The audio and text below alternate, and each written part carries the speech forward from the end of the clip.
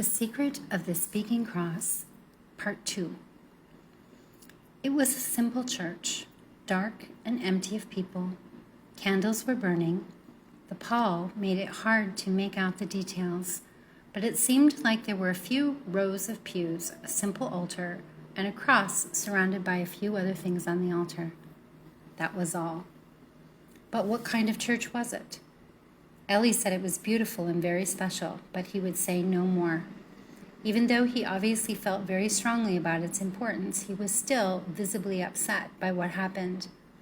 Why it was so important that we not even look at the church, much less enter it, was a mystery to me. We had no clue yet. So, were the two churches tied together somehow? The church we were not allowed to enter, and the church Don Damanzo presided over. Remember, Don Damanzo met with us in his home, not his church, and we were not permitted to even stand on the same side of the street as the church that he was carrying out ceremonies in. Another piece of the puzzle.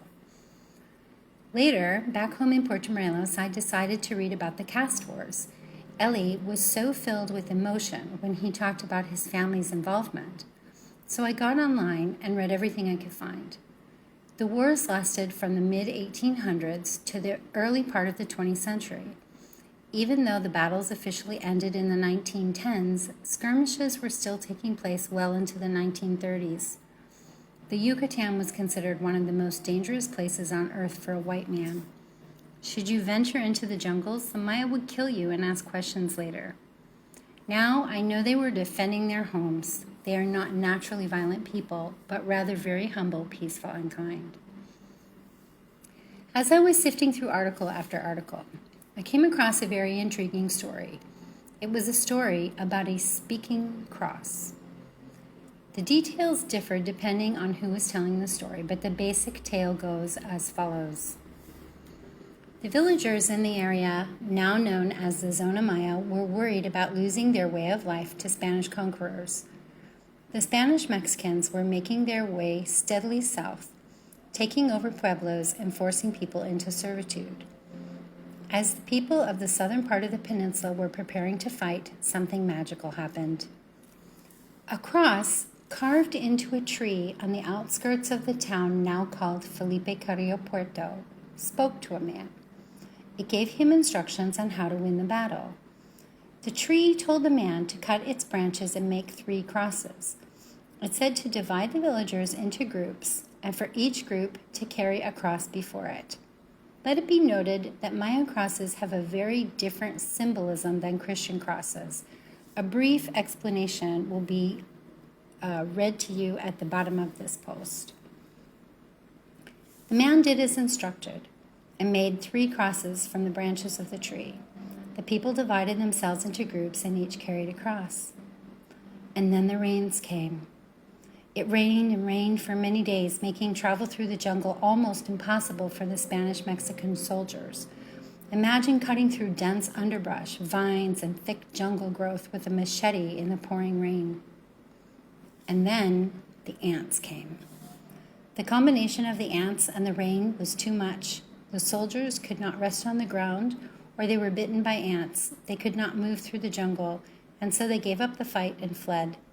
The villagers of the south were never conquered and still remain in an informal agreement with the government of Mexico to this day, with their own laws, rulers, religion, and even their own time zone. The 3 crosses were laid in 3 villages to rest, and one of those villages was Champán. Of course, my mind drifted back to the secrecy surrounding both the church in Champán and the blue building made of sticks with the palm thatch roof in the next pueblo.